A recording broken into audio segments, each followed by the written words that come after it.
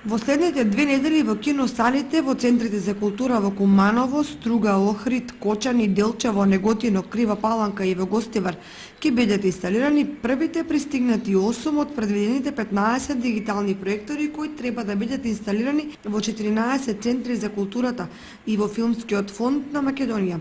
Проекторите се од американскиот производител Кристи и се дел од проектот за обнова на опремата за прикажување филмови и ќе овозможат прикажување на новите филмови со висока резолуција. На некој начин бев изненаден кога ни соопштија првично дека сме во првата фаза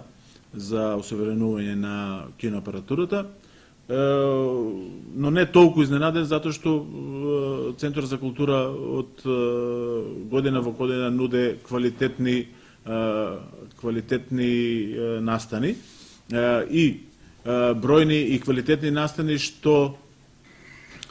Центарот за култура го вброја Центарот за култура го вброја во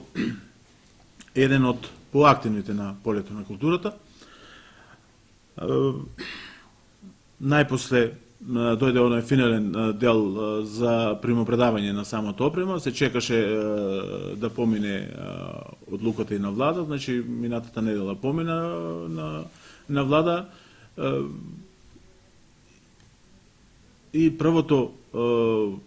носење, монтирање на самото опрема, значи ќе биде идната недела, значи се чекуваат оние мајстори што треба, што се задолжени за апаратурата, значи да се донесе да се монтира.